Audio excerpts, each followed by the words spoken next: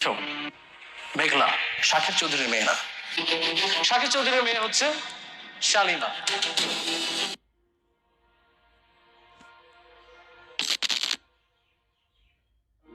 তুমি এখন শালিমা বিল্ডার্সের মালিক, কোটি কোটি টাকার অধিকারী।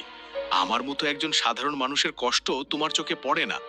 টাকার অহংকারে তুমি ভাবছো সবকিছু কিনে নেওয়া যায়, কিন্তু মনে রেখো, টাকা দিয়ে বাড়ি কেনা যায়, মানুষের অনুভূতি না।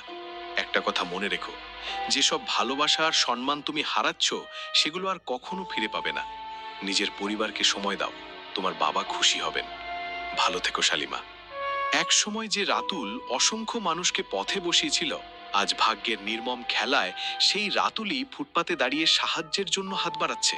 কিন্তু এখানেই শেষ নয়, কারণ শেষ মুহূর্তে সামনে আসে এমন এক গোপন সত্য যা বদলে দিতে পারে পুরো শালিমা বিল্ডার্সের ভবিষ্যৎ। মেঘলা কি সত্যিই সাকিব চৌধুরীর মেয়ে, নাকি এতদিন সবাইকে ধোঁকা দেওয়া হয়েছে?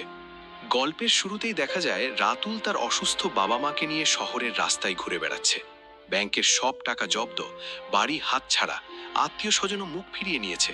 ক্ষুধার্ত অবস্থায় তারা রাস্তার পাশে গরিবদের জন্য খাবার বিতরণ হতে দেখে সেখানে যায়। আর সেখানে উপস্থিত ছিল অনেক এবং তার স্ত্রী বৃষ্টি।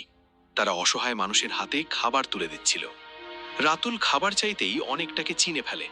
অনেক শান্ত গলায় বলে, যাকে নিজের ভাইয়ের মতো বিশ্বাস করেছিলাম, সেই আমার জীবন ধ্বংস করেছে।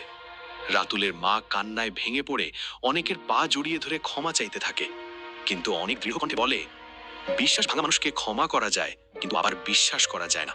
অন্যদিকে কোটি টাকার মালিক হওয়ার পরও মেঘলার মন থেকে অনেককে সরাতে পারেনি। সে গোপনে অনেকের সাথে দেখা করার সিদ্ধান্ত নেয়।